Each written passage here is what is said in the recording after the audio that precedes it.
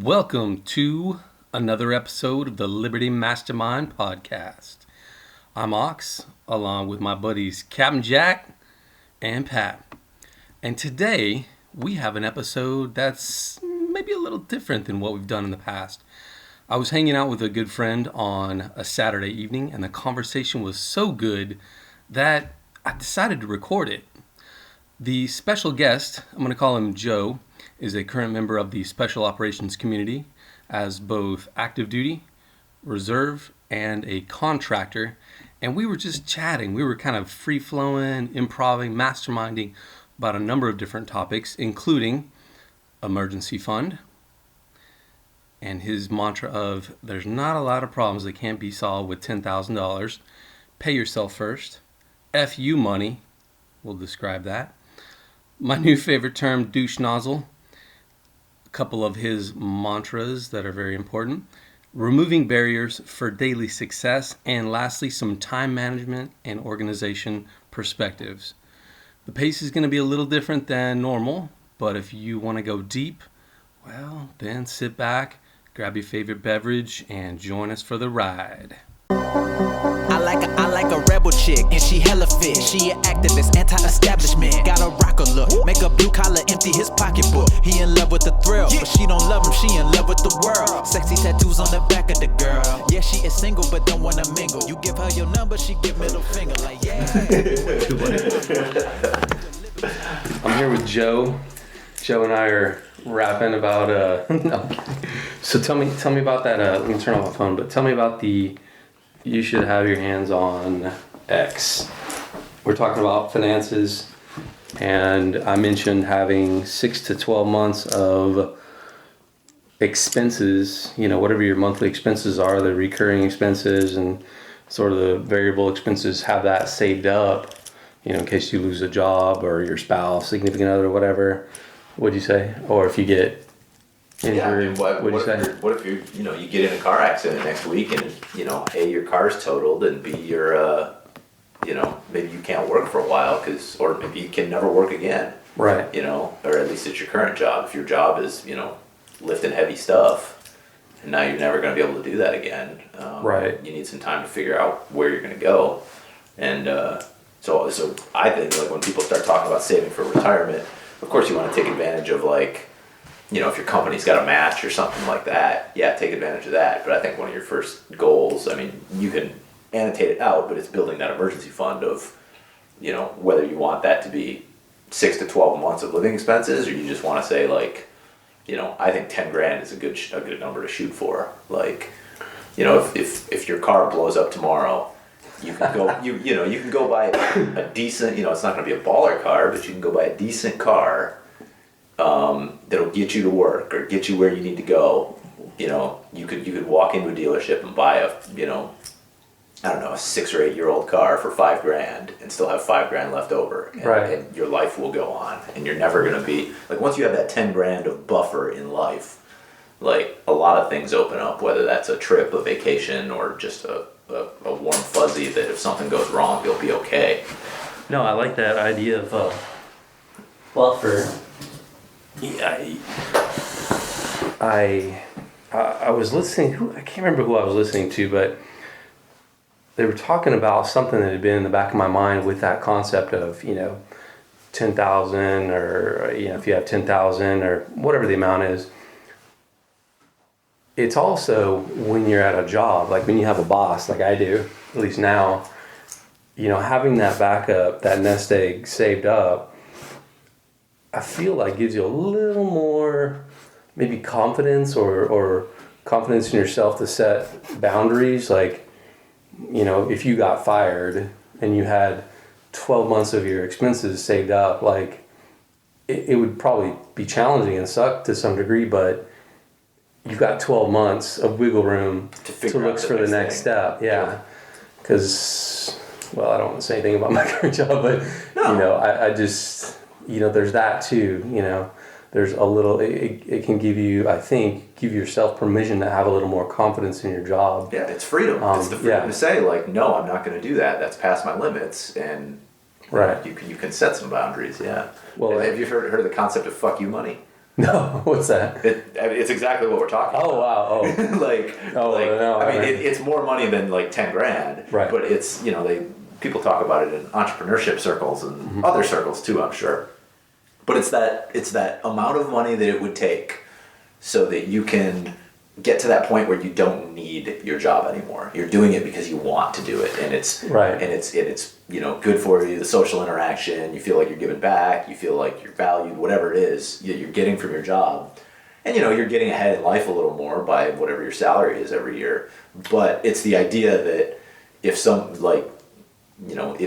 if things went to crap, you got a terrible boss and he was never going away. The boss's kid becomes your supervisor and he's a complete douche nozzle. Douche nozzle. That should be a t-shirt.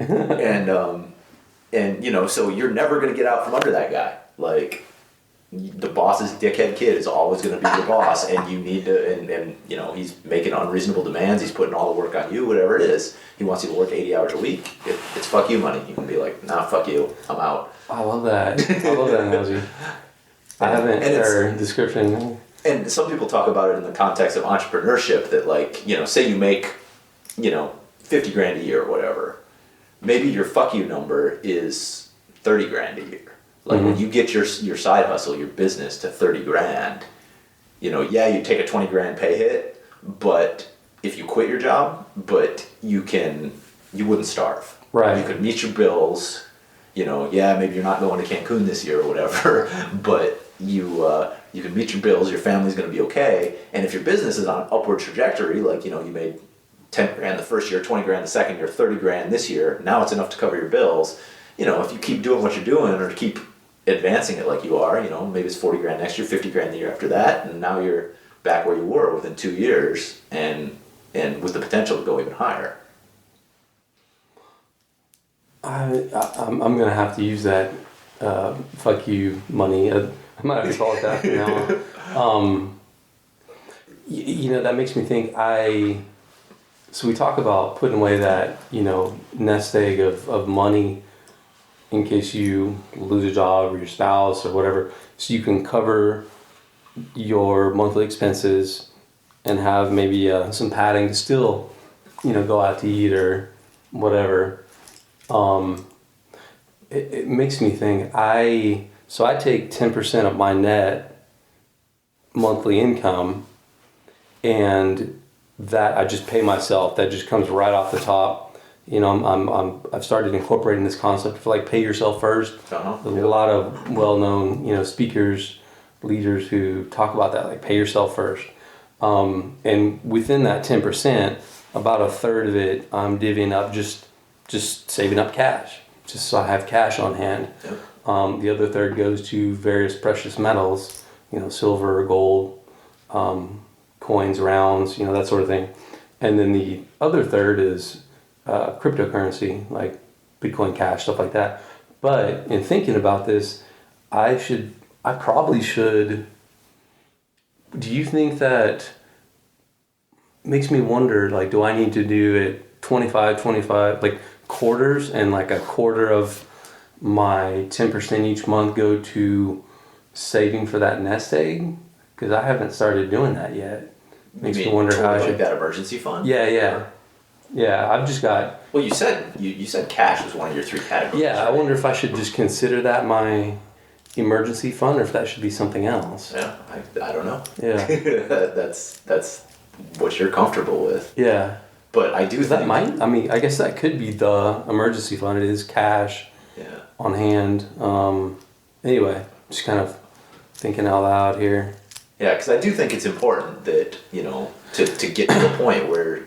If you have a somewhat major, problem in life, there's not a lot of problems in life that can't be at least temporarily solved with 10 grand. Right. That, whether it's a medical expense, whether it's you total your car on the way to work tomorrow, right. Whatever it is, knock on wood. But whatever it is, there most problems that a person's likely to have can be solved with 10 grand, and a significant portion of the population, I recognize I'm talking from a place of, privilege here just because. Privilege. Sorry, I hate to use the word. Yeah, but it's not privilege. You put in the effort. You've earned it. Nobody handed it to you. I know that much. Good problems to have. I do think that you can. Yeah, that's a good goal. I think that anybody. Managing their finances should be aiming for is like, I want to be able to lay my hand on 10 grand within a day. If I need to go walk into a used car dealership and plop it down and buy a new car because my engine blew up. Well, in that 10, like you said, that emergency fund, that 10 grand could go toward a lot of different things. Having cash makes me think of a lot, but like we've heard stories of people we know that have been in sort of, you might call them disaster situations or whatnot, like the hurricanes that hit Texas and Florida this past year in 2017.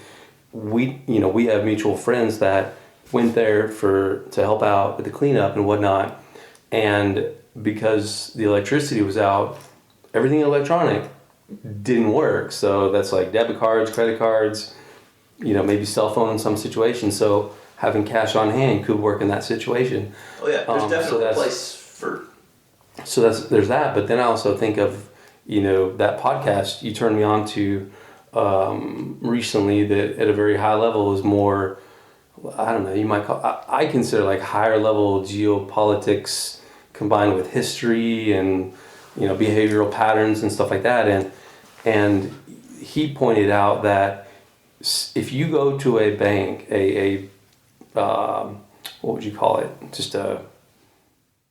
I would call it, I'm thinking of pharmacies, retail pharmacy, but like a retail bank, like your everyday Joe Blow bank that you find, not so much a credit union, but if you go in there and you say, hey, I need 10,000, they're going to probably look at you like you're a criminal or, ask you a shitload of questions. If you're trying to get it in cash. Yeah. Hey, it's my money, but they probably don't have that on hand. They need to sell some assets to cover that. But they have. It's just there's. Have you ever heard of a suspicious activity report?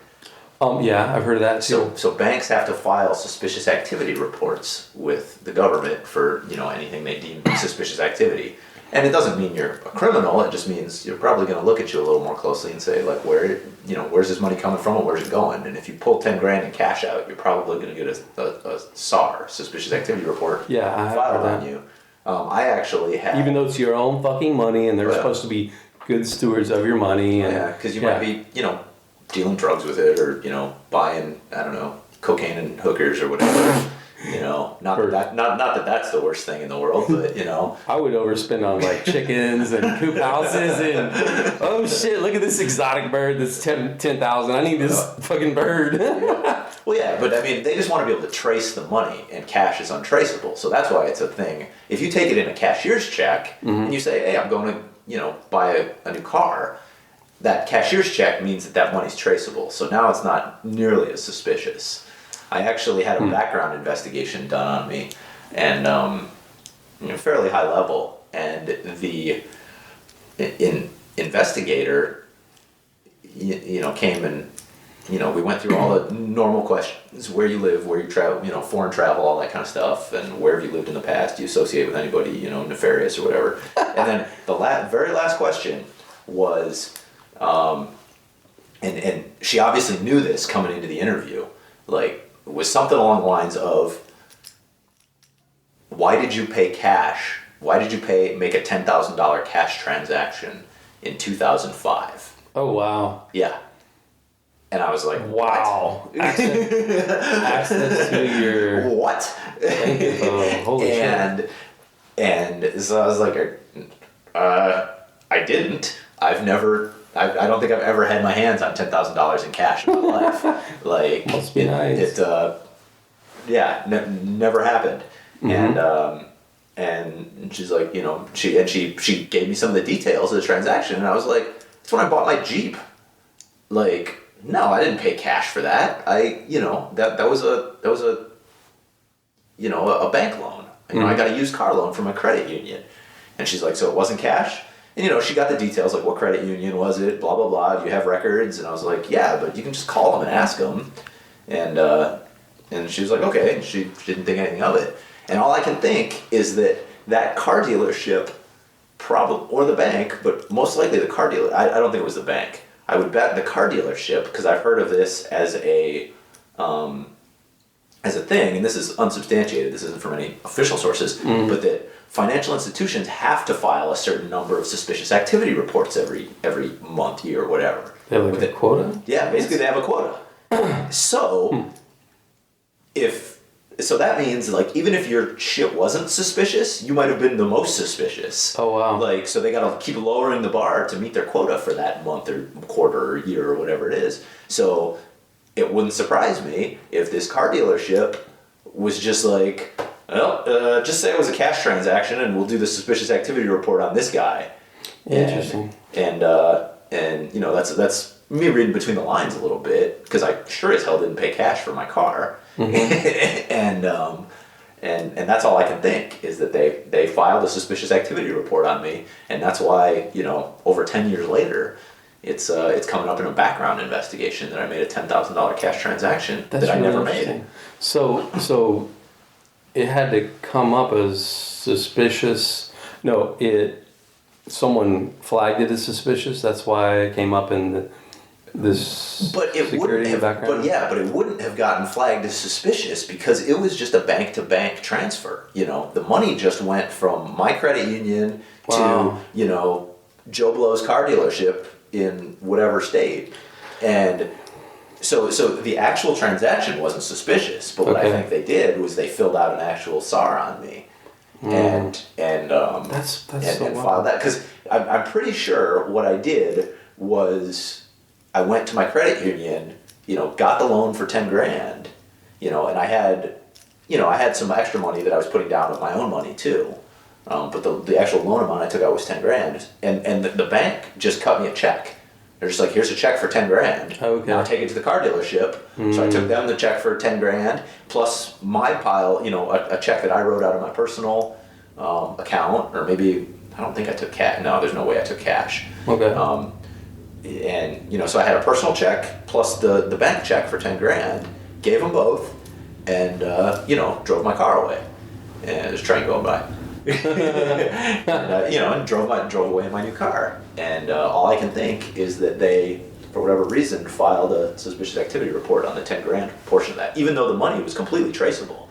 That it came from me through my bank and went to the Jeep dealer's bank. It's really interesting. Yeah. I thought all those background security clearances were, where'd you work, where'd you live, people associated with that sort of thing. Like, the poly and all that stuff, not financial, but that's interesting that would come up. Yeah, they use all those addresses and crap to go and, then actually do an investigation, to corroborate and confirm that stuff and see if there's anything else on you. Very interesting. And apparently somewhere in my financial history, there was this transaction. So, yeah, it was kind of a trip. Let's go back. So before we started recording, we were just talking about scheduling and, having to-do lists and whatnot. So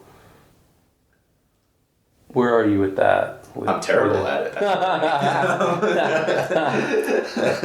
Well, so my colleague / boss, we're having this chat, this past week whenever we recorded our latest podcast episode, and there are a lot of different concepts. Like, one camp is you've got this giant to-do list, and you go through and that whole 80-20 thing. What are the 20% of items on here that are going to give me the 80% of results? Yep. So it's sort of like prioritizing your to-do list. Kind of related to that would be Brian Tracy's Eat Your Frog First, like the first thing in the day. Like, oh yeah, do the shittiest thing first when you want motivation. The one you least want to do, get it out of the way so the rest of the day is good. Like, if you eat a frog, it's probably going to stink, and it's probably not going to be the most enjoyable thing, but the rest of the day is going to be more enjoyable. Right. Because you already got the shitty thing out of the way. And you get a little boost of motivation from that. Oh, that's, you know. Well, that was kind of an interesting reminder that you talked about. Getting, what did you say, like doing one tiny thing, doing one thing towards your goals or outcomes that you're after per day. Just to build momentum, yeah. Yeah. Build that psychological reward system in your head. So this is a strategy that I've not, I've just heard of it. I have attempted to execute it and failed because I fell off the wagon. But it makes a lot of sense to me. And it's basically, you only identify, the one thing you want to do that would move you forward in life for that day. And all you do is you make sure, it's not like, it's Wednesday, so I'm going to take out the trash. Like, that's not it. This is like something. That's a honey-do list. Exactly. It's not something you have to do, but it's something that will actually get you closer to your goal. Okay. Like a real long-term goal that if you didn't do it that day, like, everything would still be fine. Like, your life wouldn't fall apart. You're just not actually getting closer to your goal. Yeah. But if you do it, you're taking a little step and moving a little farther down that path toward whatever your goal is. So this is also comes in with fitness. Maybe that's where I heard it first. I can see it apply. Yeah, like if somebody wants to learn how, they don't run at all. Like, they're fat and they don't run, and they're like, well, I'm too fat to run. I can't start. And then so you say, well, okay, then don't run. Just go walk. But I want you to run I want you to go outside and move at whatever pace you can for 10 minutes. And they're like, 10 minutes? That won't accomplish anything. Like, how am I going to lose this 40 pounds that I've, put on? And the point isn't that by doing 10 minutes a day, you're going to lose that 40 pounds. The point is that once you make yourself do that 10-minute thing, that you'll build some momentum, and then you'll say, okay, well, now I can go for, I already got my gym clothes on, my running clothes on and stuff, like, why not go for 20 or 30 minutes? And then, like, okay, all I was going to do was walk. Maybe I run until I get out of breath, and then I walk, and then I run until I get out of breath, and then I walk, and then I run until I get out of breath, and I keep doing that. And those run intervals get longer. Before you know it, now you're running 10 minutes a day rather than walking 10 minutes a day. And you can maintain that the whole time. So you're just building up, but what it's about is giving yourself those psychological victories along the way so that you have some momentum. Right. I think you made a great point earlier that the victories is important, because I think you mentioned, like, if you get 5 things on your to-do list and you're like, man, these are the 5 that I need to knock out today, but you only knock out 4, you almost build this sort of belief, or contribute to the belief that, like, I don't execute because I didn't finish the things on my to-do list. So you're almost like building a negative, I don't complete tasks, I don't execute, I don't. So like breaking it down into something that you can accomplish. And you mentioned something like reward. What did you say? Reward what? Reward circuit, or did you say reward? I thought you said something about reward. I don't know, probably. I mean, that's what it is giving yourself like a little psychological reward for seeing something through, I mean, our brains are reward machines. That's how we're wired. You complete a task, you do whatever, and you view it as a victory, and you get that little burst of, dopamine or whatever it is. Right. And your body says, like, good job, brain. Or your brain says, good job, body, or whatever, whatever the causal order is there. Well, you do. I was actually listening to the psychiatrist, because I'm, I practice psychiatry. I'm trying to beef up my knowledge all the time. That's my make one step every day kind of thing. Trying to beef up my knowledge in that area. And I listen to the psychiatrist, Sarini Pillay. He's got a ton of good books out there. Probably do some book reviews and maybe book clubs, I don't know, something. But he's got he draws from neuroimaging and neuroimaging, psychiatry, business, and he kind of like ties it all together. It's very fascinating.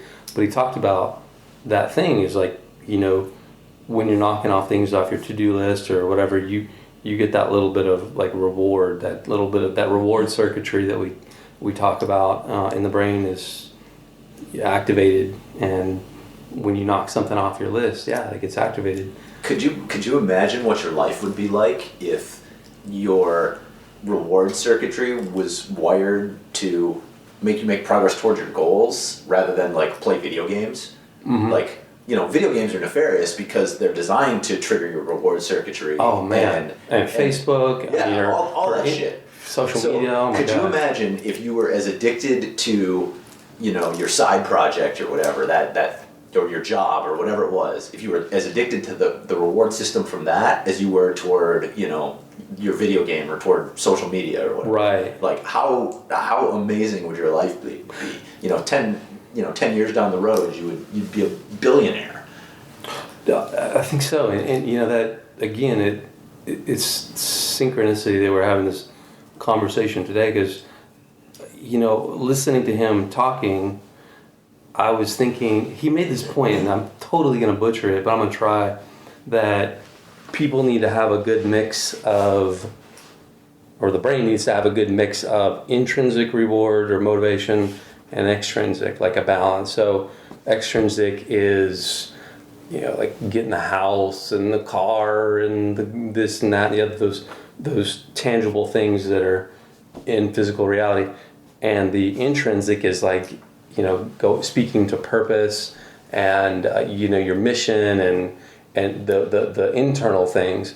And it just got me thinking, like, I probably could benefit myself if I beefed up my external reward goals. Like, I'd like to get a new car, like a new Jeep or something like that. I got a lot of internal stuff, but maybe some external motivation would be good for me. Yep. Oh, cool, thanks. Some Berkey water. So, hearing you mention that just made me think I need to beef that up for myself and balance that out as well. Like, incorporate both the internal, feel good, this is contributing to my mission, and the external, I think, ties into what you're talking about, the video games and that quick little fix. Yeah, because I'm very good just knowing myself. Like, I'm very good at those like big picture things, like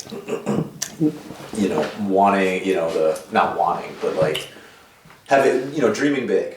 Yeah, and I think a lot of people are. And what I'm not good at is like how do I take the one little bite of the elephant today, and how do I stay motivated? Like I'm really good at like eating like 1 pound of the elephant, and then I get distracted, and then like, oh, I'm gonna go eat this donkey. Well, to mix some metaphors here. That speaks to that topic I mentioned we were going over on the podcast.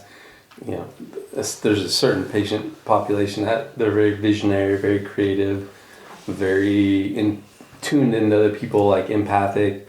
A lot of them are entrepreneurs. They have to be doing exciting things. So that same population of folks are very notorious for like doing something visionary and getting it rolling, and then it's like, yep, new shiny object. Squirrel. Yep.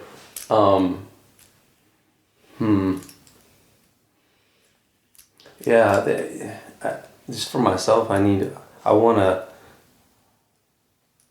sort of retool things. So, like you said, I get that same benefit, that sort of same like little anticipation rush of chemicals when I'm like thumbing through social media, looking at nonsense, wasting 15 minutes of my precious time per day or whatever. Like, how can I create that same anticipation juice and excitement or whatnot in something else? Right. Like, how do I make it so that rather than when I'm bored in the elevator, I look at Facebook for 20 minutes. Right. I instead, log onto that website that I'm building that's in draft and make one change to it, or do that one little thing. Like, how do you build that reward system in your head where that's what you want to be doing rather than Do you have any thoughts on that? Because I mean, I wish I knew. That's one challenge I've had lately. Is I bought these domains. I've got the hosting. I've got some WordPress and some what is it called? Not skins, themes. Themes that I'm using on WordPress, and I haven't put effort into that. So, what do I need to do to put time into that and make it more like, how can I create that excitement? I haven't obviously done that because I haven't done that fucking a month or however long it's been that I had all that stuff. So that sound, by the way, is me refilling the pitcher. It's not. Yeah. I'm not peeing. Recording it. This guy. That's good. It's Berkey water with some lime citrus. Yep.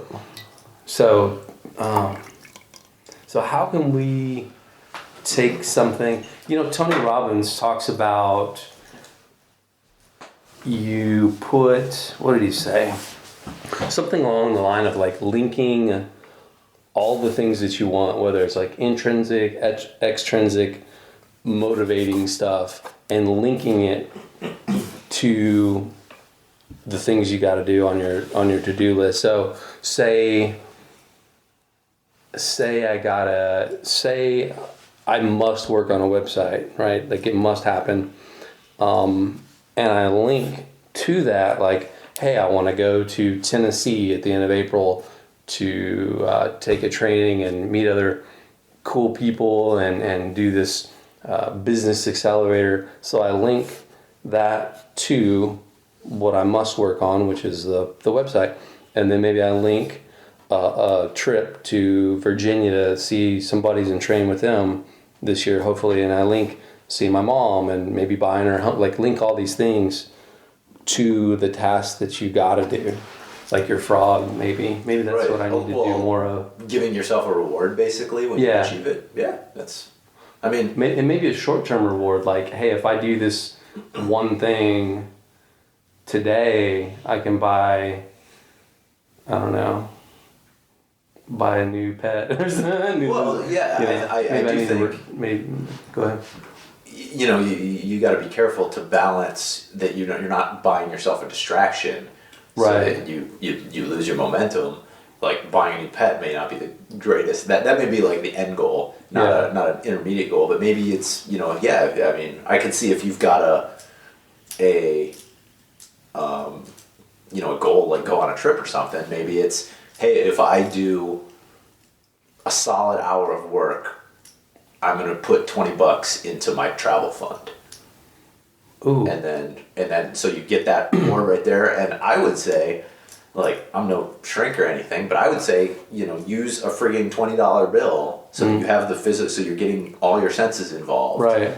And you're holding that $20 bill, you're feeling it, you're smelling it, and then watch it drop into your jar, or put it in the envelope or whatever you're doing with it, whatever your technique is. But and then you get the feedback of watching that grow, and you say maybe you build that reward system of like thinking, man, I've got a couple hours on this Sunday evening. I could get 3 more $20 bills into my jar. Oh wow! As opposed to, or I could just watch this stupid movie that's on whatever. That's just on whatever random channel I turned on. Wasting time. Where when you see that, that jar is half full, or it's got 4 $20 bills in it now, and you're like, man, I could totally get a couple more 20s into that tonight. I like that. I mean, short term. Yeah, well, giving yourself rewards and goals. Yeah, you need. I think, or at least I need short term rewards because it's easy to think long term and have this big vision, but when it comes to actually taking a bite of the elephant, sometimes it's easier to just sit down and play a video game. It is. And I like this mantra. I've said it before, and I need to stop saying so much. And I was quick sidebar. I was listening to a recent podcast episode we did, and I was like, oh man, I say a lot, and so I need to stop saying and Yeah. So if I say or just fucking throw something at me. Have a negative reward system. Squirt, little kitty squirt gun. bottle. Where's your kitty squirt bottle? Shit. There we go. Squirt. Shit, I don't even remember what I was gonna say after that. After my sidebar. One of the guys that I look to, he's a PA, he's an entrepreneur, kind of a thought leader, I'd say. Leads from the front kind of guy. And he told me a quote. I was asking him for mantras, and he told me a quote before I started clinical rotations. It was, improve yourself by 1% every day. So in other words, the way I interpret it as like, break it down. So if you have a goal of doing a podcast or starting a business, like what is that 1% per day that you can move everything forward? Yeah. And 1% doesn't sound like a lot, and it's probably hard to quantify if anybody out there is like, oh, you can't measure 1%. That was only 0.5%. You're missing the point, right? Yeah. Like just make a little improvement or little improvement every day, and over months, a year, shit, that adds up to real improvement. Yeah. And a friend of mine turned me on to Brian Tracy, who's a transformational speaker recently, and I kind of got into Brian Tracy. I like him, and he said something like, and this is my poor memory of what he said, make a 0.1% improvement per day, and per week that's what, because it's not quite like it's exponential if you focus on the same thing. So if you make like I think it's 0.1% per week. So per week that's like 0.5% at least. Per month it's like 2.5%. Per year, what is that? Like 50% improvement? Well, it depends on if you're talking linear or are we talking over compounding? The year. Yeah. Over the year, it's like, did I do the math right? I need to see it. But over the year, it's like a 50%. Yeah, 2.5 times 12. No, 25%. Can't do math. But over the year, say you improve whatever you're working on by 25%. By the next year, it's not going to be a linear thing. It's going to it's exponential. Yeah. Anytime you're talking about percentages, you're talking about exponential rates of growth. Where, if you at the end of the year you've doubled your productivity, and then next year you double it again, and then next year you double it again. Right. You didn't increase productivity by 3 times. You increased it by 8 times. And that was the cool thing. Obviously, I didn't go into a math career, but that was the cool thing to me. Is like it's gotta be super easy to break things down into small increments, whether it's 1% per day or 0.1% per day. That's I mean, come on, like. Everybody can carve out 10 minutes per day or 15 or whatever and make that little incremental improvement. And that's the trick, is finding that intrinsic motivation system that keeps you doing that one little thing a day. Because the problem is when you skip a day, then you skip the day after it, and you skip the day after it. Yeah. You're like, I got a busy week ahead. I'll get to it on Friday. And now you haven't done it in, 5 days. You're out of the habit. Right. And having the discipline, if you look forward a year, 2 or 5 or whatever to the person that you envision, what's that, what steps did that person take to get there? And you might identify, for instance, something I'm working on is I want to practice really outstanding psychiatry. So what's it going to take for me to get there? And that's constant improvement, like learn, just be ready for more and able to do more and understand more and know more about the neuropharmacology and now I need to dive into like personalities and psychodynamic psychiatry. I mean, just so many different rabbit holes, but to be good, like I need to put more time in. So my commitment is 1 hour per day. Yeah. And that's a big commitment. Yeah, it is a big commitment, but it's also, it's a big responsibility that I'm in. I get people that come to me and go, oh, well, my wife told me a month ago if I don't get my mental health squared away, like, she's gonna throw in the towel. Yeah. So, it's obviously not all on me, but it's, man, I want to do what I can to help. So, and how are you doing sticking to that hour a day? I've been off and on, but more off than on. So I would say you should make it a more attainable goal. I would turn it down, whether it's, and maybe not even make it time-based, make it results-based. Like, I'm going to read 1 article a day or 1 journal thing. One drug. Yeah, I'll learn 1 new drug or, read the whatever. And you do that, every day. Probably in about 6 months, you're going to be like, shit, I'm out of drugs to read about. There's not much left now. And then maybe you modify your goal or whatever. Or maybe by then you've built so much momentum that now an hour a day is achievable because you've realized, like, hey, I started out reading 1 article and that was like 10 minutes a day. But it also gives you the flexibility to say, this monster article that's, this journal article that's, 30 pages long, I'm going to save that for another day when I don't have, a bunch of crap on my plate in my personal life. If I have to read 1 article a day, today I'm going to do the 4-pager, and then I'm going to, on Friday, I'm going to do the 30-pager when I have time. It lets you kind of ramp it up and down, but you're still hitting that metric every day. And you get that little, like, psychological reward of being able to say, yeah, I did my thing today. Yeah, I like that.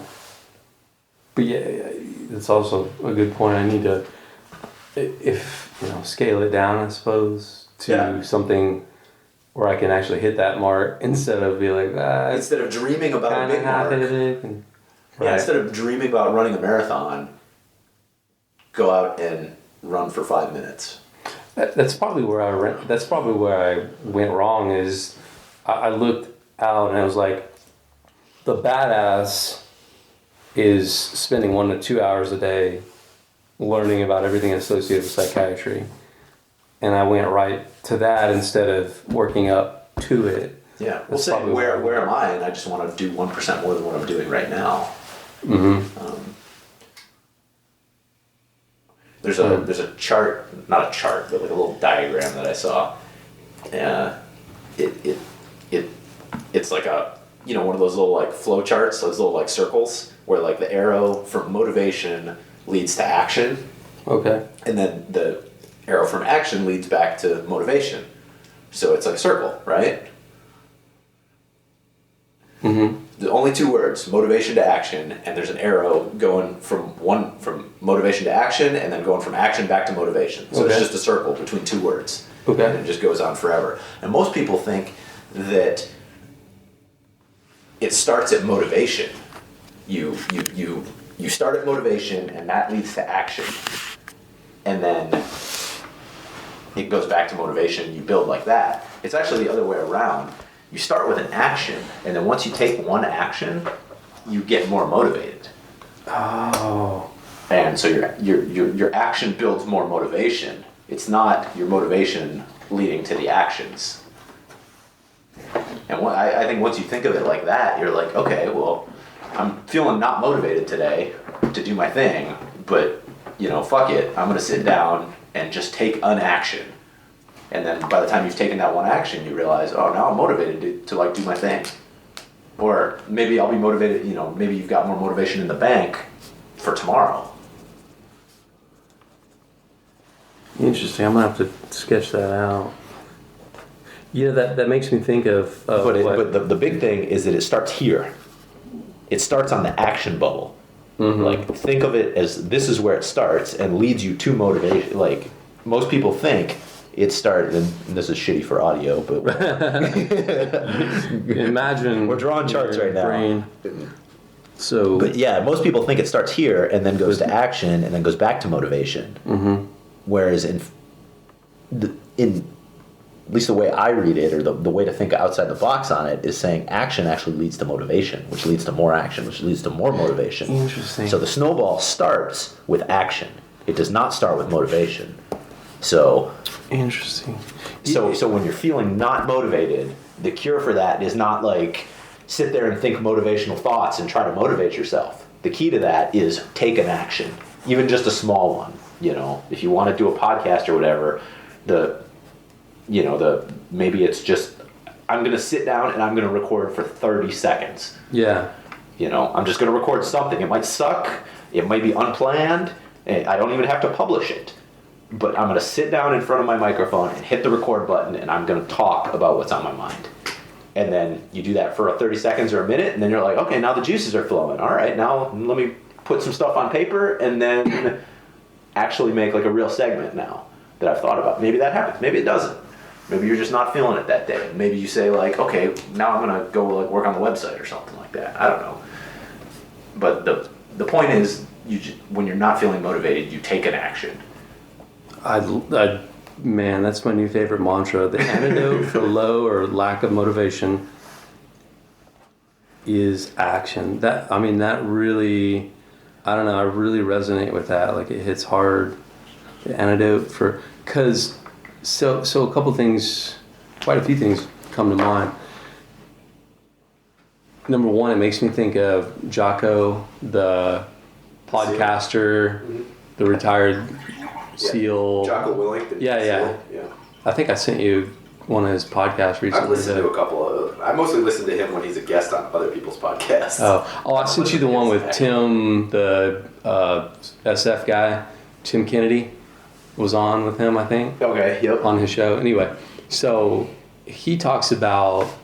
He said something like, whenever I don't want to work out, I do it whenever I got to get up early, but I don't want to get up early. I get up anyway, or stuff along that line is whenever he doesn't have the motivation to do something, he just does it. He takes the action.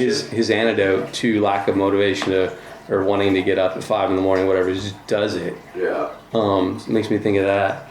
And that takes a bit of so the way that I would put that in that context of the action motivation loop is saying he's not like, when you have to work out at 5 a.m, you're not, when you get out of bed, you don't say, I'm getting out of bed to work out. You say, I'm just gonna get up and walk to the thermostat and turn it up, or whatever it is you do first thing in the morning when you wake up. I'm gonna go take a piss. Well, maybe that's not the best one, but but yeah, okay, yeah, I'm gonna go take a piss, and then I'm gonna go feed the dog, and then and once you take your piss, then you gotta go feed the dog, and then once you fed the dog, you're like, well, now I'm kind of hungry, so you throw back a couple strips of bacon you got in the fridge from the night before, bacon, and then you're like, well, I had some bacon, like let me start a pot of coffee or whatever. And you do that, and each one of those actions is building more motivation. And before you know it, now you're up. It's 5 a.m., you're up, and all right, like, now it's time to put on my gym clothes and go. And the other thing is that I've heard from a motivation perspective is remove like little barriers. Like, the more shit you can do when you're not relying on willpower, the better. Like, for that, like getting out of bed in the morning example. Remove barriers. Yeah. So maybe if you want to get out of bed to go work out in the morning, you put out all your gym clothes the night before. That's what I thought an example would be. Yep. Or you're in your fucking gym clothes. Or you sleep in them. Yeah. Because that's one excuse that I've told myself, or we tell ourselves, is, you get up early. The night before, you're like, I'm going to get up, I'm going to take my walk, whatever, and you get up. You're like, fuck, I gotta put my clothes on. And then you're like, what do I wear? What do I put on? Where'd my warm coat go? I can't find it. So that's a self-imposed barrier, is when you're like, oh, it's cold, or I don't have my clothes. So you remove that barrier, or that excuse, to not do what you want to do. And that decision, because decisions take willpower. Decisions sap your motivation. So you're taking the decision out of it. It's not just, I'm going to get up and put on gym clothes. It's I'm going to put on these gym clothes. I've already decided I'm wearing my red shirt and my black shorts and my weightlifting shoes tomorrow. Mm-hmm. Like, it's already decided, it's already out. So there's no decision to sap your motivation there. It's just you're just on autopilot. I think we can even tie that back to our conversation about to-do lists and schedules and even tying in the ADD, discussion is they talk about the night before, like plan your next day kind of thing. That makes me think if you look at your to-do list, you do your 80-20 or 20-80, whatever, you fill up your schedule the night before. When you get to your schedule for the following day, there's no decision to make. It doesn't take any willpower. You just execute. Yep. Right? Oh, shit, that's awesome. Yep. That's why. Wow. That's why Steve Jobs always wore black turtlenex and jeans. So he didn't have to make a decision. Really? Yep. That was his stated purpose. Like, he said that, or at least I heard it through secondhand or third-hand sources, or some guy that wrote a book about him or That's something. Not his autism or Asperger's. Or No. It was like he made the psychological case that I only have so much, so many decisions in my head per day that sap my willpower. So if I wear the same thing every day, I'm not wasting one of them on what do I wear today. You're. Well, I don't know. I mean, to me, I don't see it as I have a limited amount of mental real estate to make decisions. I see it as that's a potential. After hearing your description of it, I think it is more as that's a potential point where I could talk myself out of something, or it could like pivot in a different direction. You know what I mean? Like, yeah, you're like, what do I wear today? I'm gonna lay down in bed and check Facebook. Exactly. Which I've done. Yeah. I'm just gonna go lay down. And then the next thing you know, you've fallen asleep and you wake up and it's 11 a.m. You're like, shit. A new when I was studying to be a PA, it was like on Friday. I wanted to keep that. There was a sense of relief when you hit Friday, right? Or I'm sure, whether you're a full-time job, whatever. So this sense of relief, like you hit Friday, and you still have to study over the weekend. But I had a mantra that was like, don't let your butt hit the couch, because if you get done with school and everything studying on Friday, you get home and your ass hits that couch, it's game over. Mm-hmm. Like, so I told myself, like, don't let your ass hit the couch. Stay moving, stay standing up. Stay, ironing your clothes for the next week or getting shit done, but don't let your ass hit the couch, because if it does, it's game over. Yep. So you know what's interesting about motivation in my own life that I've seen, like you're talking about your PA school butt hit the couch thing. Like right now in my own life, I've noticed this, and I just kind of put it together like recently, is that I don't look forward to weekends. Really? Yeah. Because all my purpose comes from work right now. Like I just moved to a new city. I don't have a lot of friends here. I don't have a lot to do. It's winter outside, so it's shitty, and I don't want to go outside. And so I actually look forward to going to work, because that's where I get most of my social interaction. That's where I have like a purpose. Like I'm working on my project, like a project that I feel like is important and is making a difference, and like I get recognition and all those like social cues for. Right. So I go to work and I work on those projects and I get all my reward there. And Friday's good and I go home and I'm like, oh sweet, I can sleep in tomorrow. And then Saturday at about noon, I'm like, well shit, what do I do all weekend? Oh wow. Like, and I'll go find some, it's like, I guess I'll go, grocery shopping, and I guess I can mop the floor, and I guess I can, I'll go shooting. I think I'll go shooting on Monday. That's what I'll do. But, there's no arc to my weekend. There's no purpose of my weekend. Right. And so it's almost like, and I'm fortunate that I have 3-day weekends. Right. I do too. Thankfully nowadays. Yeah. But by after one day off, I'm basically like, I'm kind of ready to go back to work now. Like, oh, you're ready to go back. I mean, it's not ready to go back. It's just like, I don't know. I need that. So I'm wondering if we have the same, you might call it a challenge. Like, I even said this earlier that I feel like lately I'm blessed with 3-day weekends now because I put in some long ass hours those 4 days that I'm at work. Yep. And negotiated a 3-day weekend. And lately I've looked back on my 3-day weekends and I'm like, maybe I accomplished stuff, but I don't feel like I did. Yep. So is that a problem with not planning out the weekend beforehand? And then kind of like what we're all talking about. I mean, what we're talking about is, making the decisions beforehand. And then when I get to the weekend, I don't have to really think about it. I just execute. Is that the challenge I'm having? Or is it I don't tie in enough of my purpose to the schedule on the weekends? And like if I linked in a lot more purpose, like LinkedIn, that sort of thing, do I need to do that or both? Or so is your challenge that like you don't feel productive when you look back on your weekends? You're like, I didn't really contribute to humanity or like or bettering myself or anything. Right. Yeah. I mean, is that your challenge, or is it more?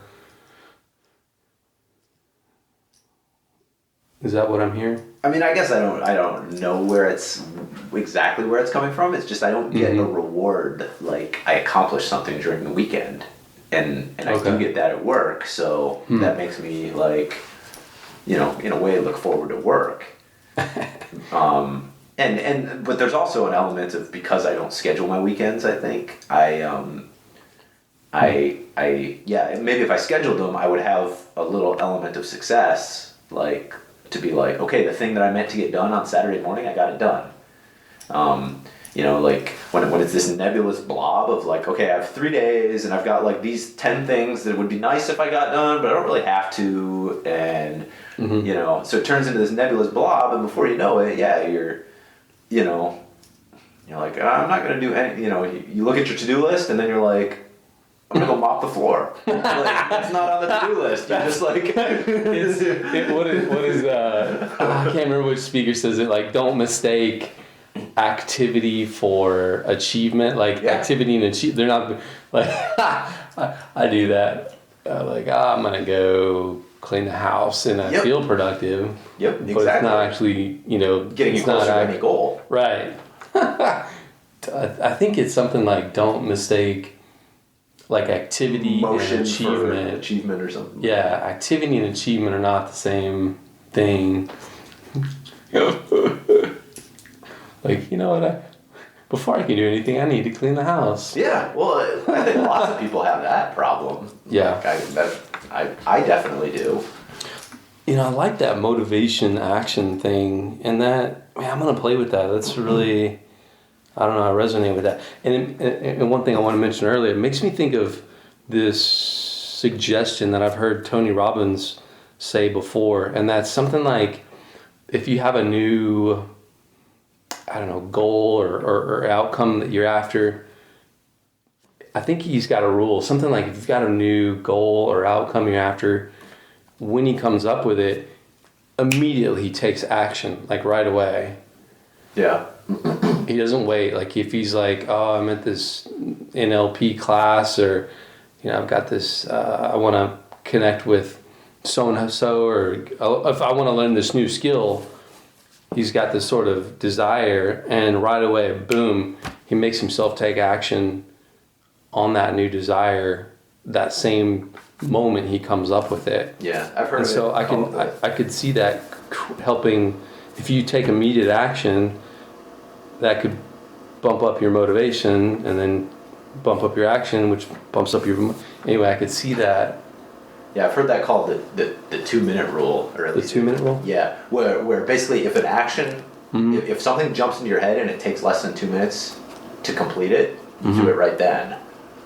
And if it's going to take longer than 2 minutes, you put 2 minutes worth of action into it. Like say you're like, I want to email this guy that I just met at this conference. Mm-hmm. Maybe that means you whip out your phone right there and you start the draft email and you write, the first 3 sentences of it, and then you put your phone away, save the draft, and go enjoy the conference or whatever. Interesting. But you take some kind of action to get rolling on it, and then that has, you've built some momentum. So that now when you see that draft sitting in your saved messages folder, Mm-hmm. or saved drafts folder, you'll open it back up and complete it. Builds momentum.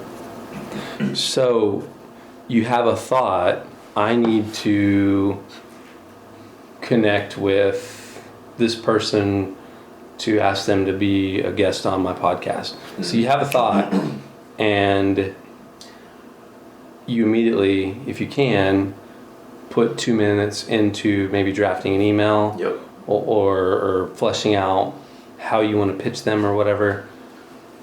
Yeah. And if you get 2 minutes into it, you just hit the pause button and save the rest of it for later. Well, you make the decision. Like, is this really what I want to be doing with my time right now? If you're at the conference where you just met the guy, Mm-hmm. no, writing a 20-minute email is probably not what you want to do at that conference. What you really want to do is get some momentum started and then go meet the other, people at the conference.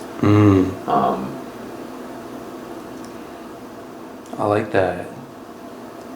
Because that's almost breaking it down. Like we've been talking about breaking it down into something manageable, like 1% per day, improve yourself. Yep. Or 1/10 of 1%, whatever. Like that's breaking it down. Right, because, I can imagine when you're talking about like your podcast interviews or something. Right. That comes to you at like random ass times. Mm-hmm. Like, you're I don't know, driving to work or whatever, and it pops into your head. And granted, that may not be the best time to, write an email, but maybe that is what you do. Maybe you're like, okay, I want to, interview this dude. Next red light, I'm starting the email to him.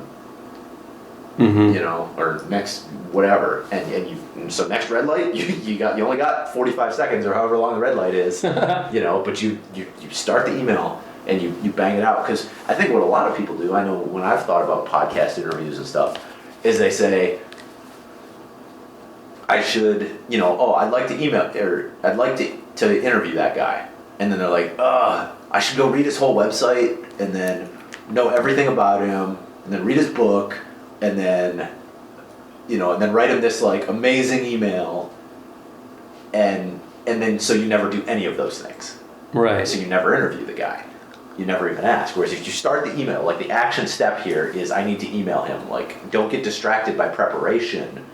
Those are the things that, feel productive but aren't actually getting you closer to that guy being on your show. So you write the email, and even if it's just a couple sentences or whatever, and then you save the draft, and then now you've got that little like unsent drafts one sitting in your drafts folder, and it's going to haunt you and maybe you do need to do some research before you send the email, but that little one sitting in your unsent messages folder will hopefully motivate you next time you sit down at your computer to go do that research so that you can finish the email and hit send. I like that. And you might not even know the dude's email address, so you gotta go research that. Well, that's kind of how I sent an email. I don't know if I should say his name, but You don't have to, Bill. a person that I'm sure I sent you links to his weekly videos and whatnot. But so I sent an email to him because I was like, man, I'd like some coaching from someone who is like numerous steps ahead of me. Yeah. And I just, I had that thought. We've interviewed him a couple times before, but I had that thought, and it was like, right when I had that thought, boom, typed up the email. And then after I sent it to him, I thought, oh shit, I need to read his books and be more. But I didn't sort of hold myself up with. Yeah. oh, I should first really research and blah, blah, blah. I was just like, boom. And that's good. And even if you get a no answer back, or you get no answer back, like either you get a no or you get nothing, like crickets. Yeah. You're on his radar a little bit. He saw the email. He knows who you are, hopefully. Yeah. And then maybe 6 months later, you say, hey, I emailed you 6 months ago. I know you're busy. No big deal. I just wanted to let you know about what I've accomplished in this 6 months. Yes. I've listened to a lot of your advice, and I've listened to these these other people, and here's what I've implemented. I've made 10 or 30 podcast episodes. I've totally revamped my website, and I've modeled it after some of these things that I saw you doing, and here's how I've improved my stuff. Now I'm kind of stuck, or I don't know how to go to the next level. Here's my one question. Not will you mentor me in life forever, but here's one question. Like, do you use Aweber as your email client, your email marketing thing, should I go with Aweber or Constant Contact? What do you think? And that gives him the opportunity. He can either write like 3 words back, or he can write a paragraph back, or he can write 2 pages back. But now if you get him talking, you've proved that you're serious, and then B, you've given him an answer that he can accommodate to fit his life and his time. You're not asking him for mentor me for the next 5 years. You're asking him, answer this one question, man. Like, you can answer it with 1 word, or you can answer it with a paragraph, or whatever works for you, dude. It's interesting that I think you might see the relevance to me lately, but that one guy that we both listen to, the podcaster, got 200,000 people download his podcast every day.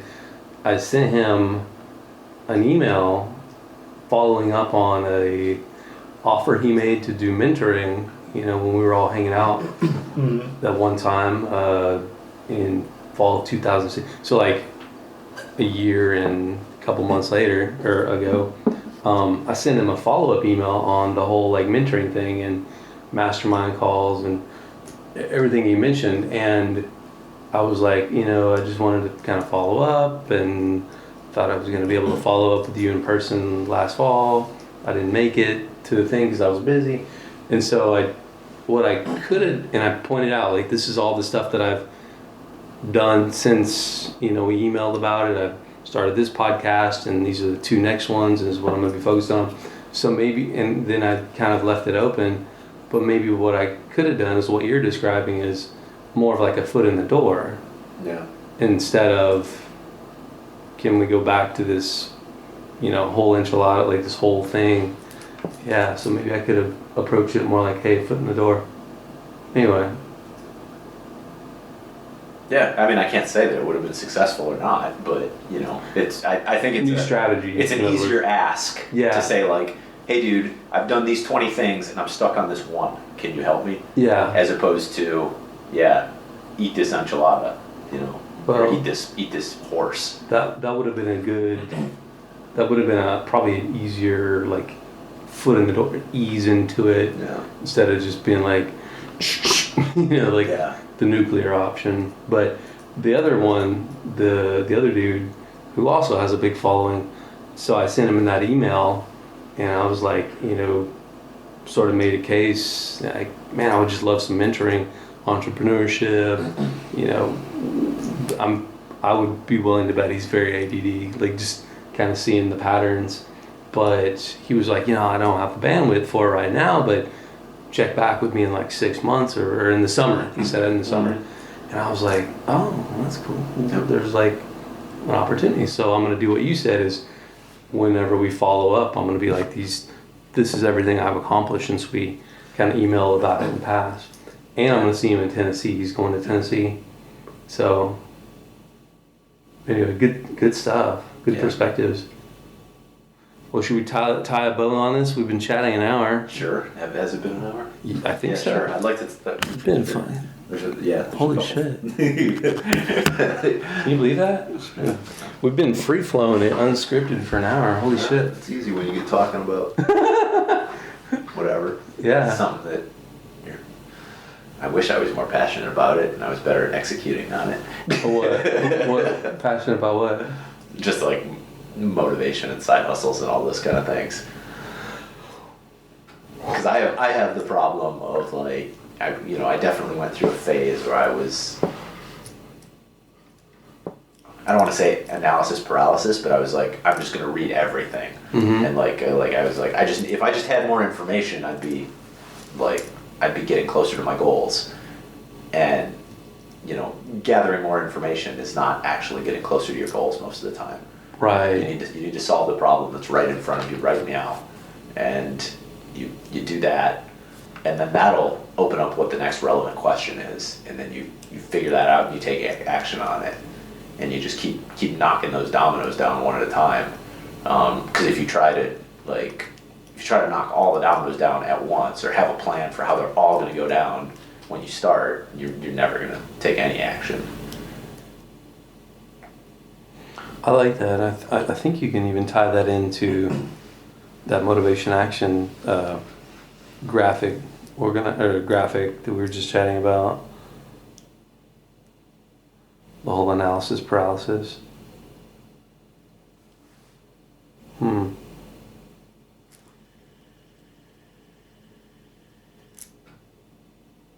And that, I think, one final sort of thought, I feel like you were channeling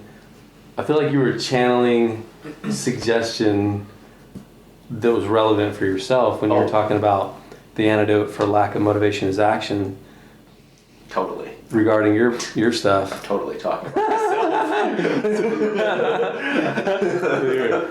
So, talking to me, talking to yourself. Maybe we could end on this note. A while, I don't know, maybe like 7-8 years ago, I heard this. I think it's actually an acting technique, like a technique actors use, but it's actually kind of a cool exercise you can do with yourself. Is you get 2 chairs and you have them face each other, and you sit in one chair and you just be yourself and like maybe talk to the other chair and like, hey, this is the challenge I'm having with XYZ or whatever. Like, I don't have any motivation right now to do my podcast.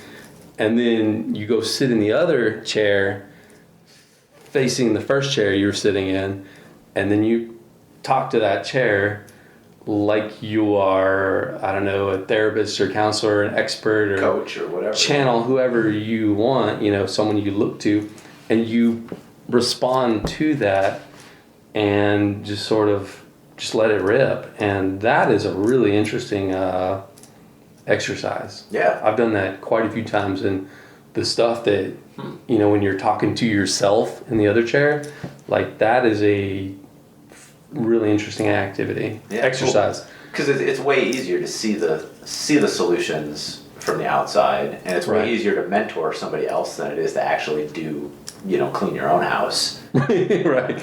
It's easier to motivate somebody else than it is to motivate you in a lot of cases. Or not motivate somebody else, but tell somebody else what they should do. Right. Rather than make yourself do what you should do. That's hard. Right. So if you can kind of wear a different hat by sitting in that other chair. So if you were an actor, you're playing one role in this chair, and then when you go to the other chair, you're as an actor, you're playing the part of some other character, and it's and I don't know, it's fascinating. I recommend everybody kind of play with that. If you got a relationship challenge or whatever, you're like, she looked cockeyed at me. Bust out your 2 chairs and get after it. It's very interesting, the kind of stuff that you'll say something, be like, wow, where'd that come from? That was profound. I should totally listen to that guy. That was deep. That was some deep stuff. Speaking of deep stuff, I think, man, I walked away. Look, I got some notes here. Really, really good perspectives. I appreciate that. Yeah. Do you ever actually do anything with those notes that you write down? Yeah. Well, this is actually my day planner, but this stuff, absolutely. Okay. I'll probably go put it on a sticky note or something. I'm all about sticky notes, but so my takeaways are like things that remove barriers that really hit deep for me. The antidote for lack of motivation is action, I think is the quote you said. I'm going to think about like that 2-minute rule and use that graphic of the motivation and action. I don't know what you would call that, but like swirl, closed loop. Yep. Shit. Good word. I'm going to, Words. I'm going to definitely, that's a big takeaway for me. So I appreciate it. Yeah.